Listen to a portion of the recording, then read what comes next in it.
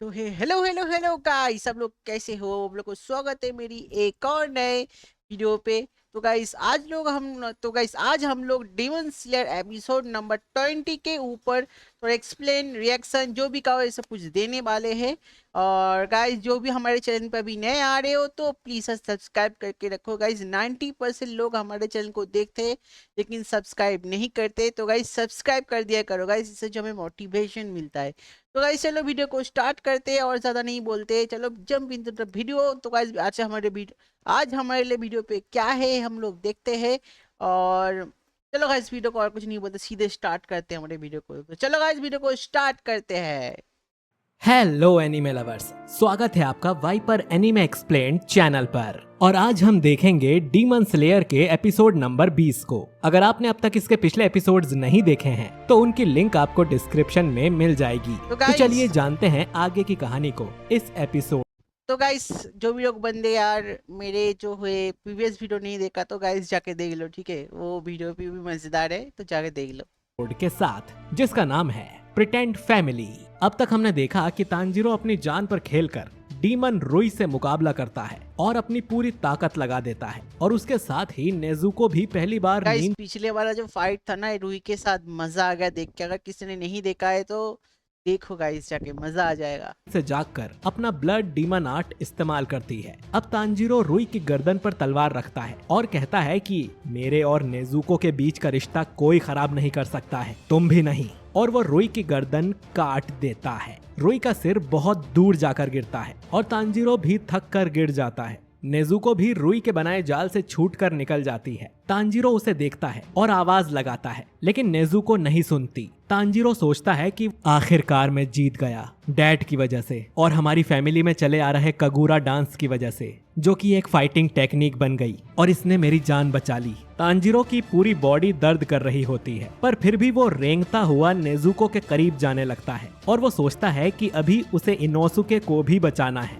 इतने में उसे अपने पीछे से दोबारा रुई की स्मेल आती है। तांजीरो डरता हुआ सोचने लगता है क्या रुई अभी भी जिंदा है, क्योंकि उसे रुई से कोई धुएं की स्मेल भी नहीं आई होती है। तभी पीछे से रुई की बॉडी चलती हुई तांजीरो की तरफ आती है और रुई अपने ही जाल से लटकता हुआ कहता है तुम्हें यही लगा ना कि मैं मर गया, पर जब तुम मेरा सिर काटने ही जा रहे थे उस पल मैंने अपने ही धागों से अपना सिर खुद अलग कर लिया था। वो आगे बोलता है कि अब बहुत हुआ, अब मैं तुम्हें और तुम्हारी बहन दोनों को खत्म कर दूंगा।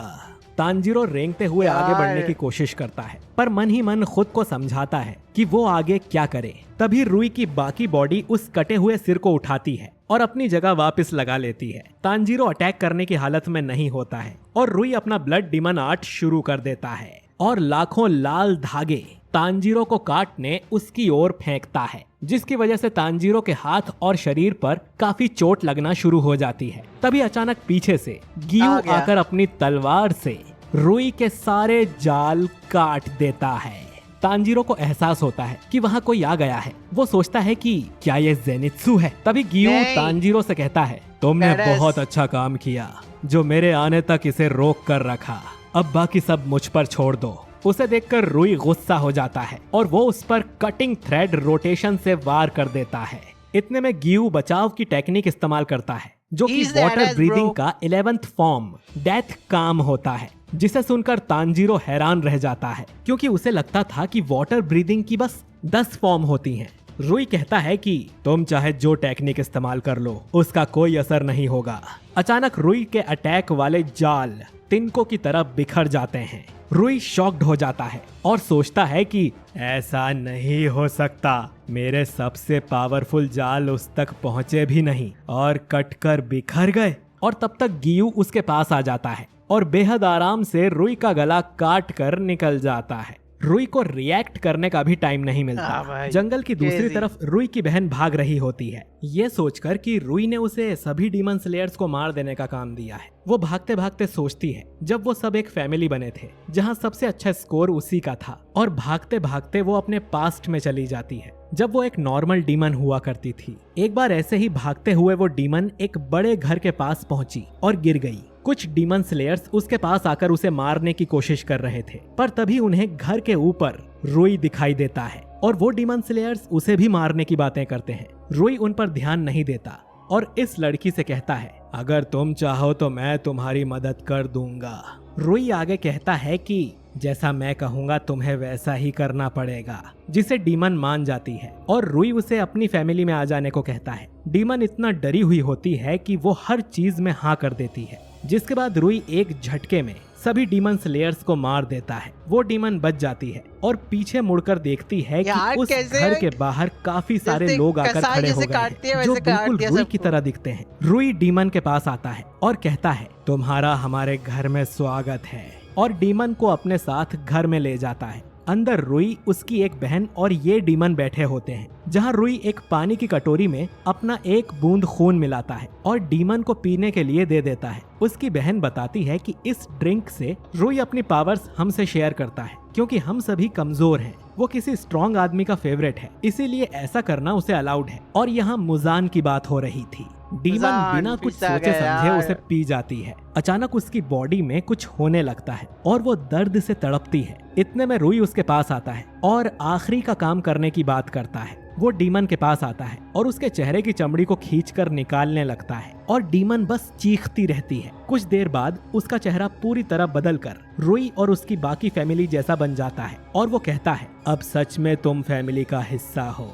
फिर वो सभी साथ में खाना खाते हैं और ऐसे बिहेव करते हैं जैसे एक नॉर्मल फैमिली करती है। रात में रुई की बहन डीमन को बताती है कि वो लोग कोई असली फैमिली नहीं है, ये सब एक दूसरे से अनजाने हैं। वो खिड़की के बाहर देखती है कि रुई अपनी माँ को टॉर्चर कर रहा है और माँ उससे माफी मांगती हुई कहती है कि गलती से उसका असली चेहरा कभी कभी सामने आ जाता है, पर अब ऐसा नहीं होगा। रुई उनका गला दबाता हुआ कहता है, आपका एक रोल है, जिस पर माँ वापस स्पाइडर वाले रूप में आ जाती है। तो असल में पूरी फैमिली रुई से डरी हुई थी। यहाँ रुई की बहन डीमन को बताती है कि वो सभी रुई के पास मदद मांगते हुए आए थे, क्योंकि डीमन स्लेयर्स उनके पीछे थे। रुई ने सबको बचा तो लिया, मगर इसके बदले जो हुआ वो ज्यादा दर्दनाक है। दिन खत्म होने पर जो भी रुई को निराश करता है उसे सजा मिलती है। डीमन इन सभी बातों को अनसुना करने को कहती है, जिस पर रुई की बहन बताती है कि वो अब ये सब और नहीं झेल सकती और यहाँ से भागना चाहती है। वो डीमन से कहती है कि तुम भी मुझे अच्छी लगती हो और सिर्फ तुम हो जिसे मैं सच में अपनी छोटी बहन मानती हूँ, तो तुम भी मेरे साथ भाग चलो।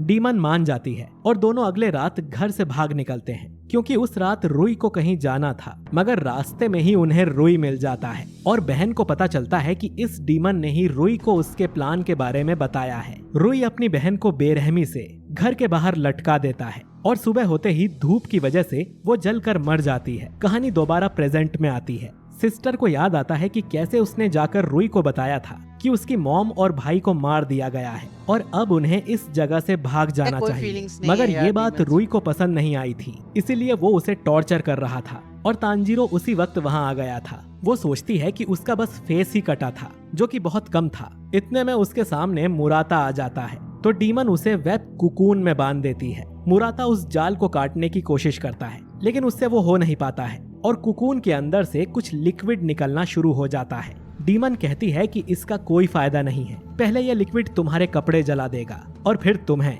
इतने में उसके जस्ट पीछे आकर शिनोबू खड़ी हो जाती है और डीमन के कान में कहती है, वाओ, ये कुकून इतना सब कर सकता है। डीमन डर जाती है, जिस पर शिनोबू पूछती है, आज चांद बहुत खूबसूरत है ना। डीमन अब शिनोबू पर अटैक करने की भी कोशिश करती है, मगर शिनोबू एक तितली की तरह उड़कर सारे अटैक से बच जाती है। डीमन हार मानने लगती है और डरते हुए बताती है कि कोई है जो उसे ये सब करने के लिए फोर्स कर रहा है, उसने कुछ नहीं किया। शिनोबू को ज्यादा खास बुरा नहीं लगता। वो कहती है कि चलो हम फ्रेंड्स बन जाते हैं, पर उसके लिए तुम्हें बताना होगा कि तुमने कितने लोगों को मारा है। डीमन उसे 5 लोग बताती है, लेकिन शिनोबू कहती है कि मैं अभी जहाँ से आई हूँ वहाँ कम से कम 14 कुकून पेड़ पर टंग रहे थे और शिनोबू के हिसाब से ये डीमन अब तक करीब 80 लोगों को मार चुकी है। वो आगे कहती है कि अब तुम्हें इस दोस्ती में झूठ बोलने की सजा मिलेगी। मैं तुम्हारी आंखें निकाल सकती हूँ या तुम्हें काटकर पूरा खोल सकती हूँ। तुमने जितना दर्द लोगों को मार कर दिया है,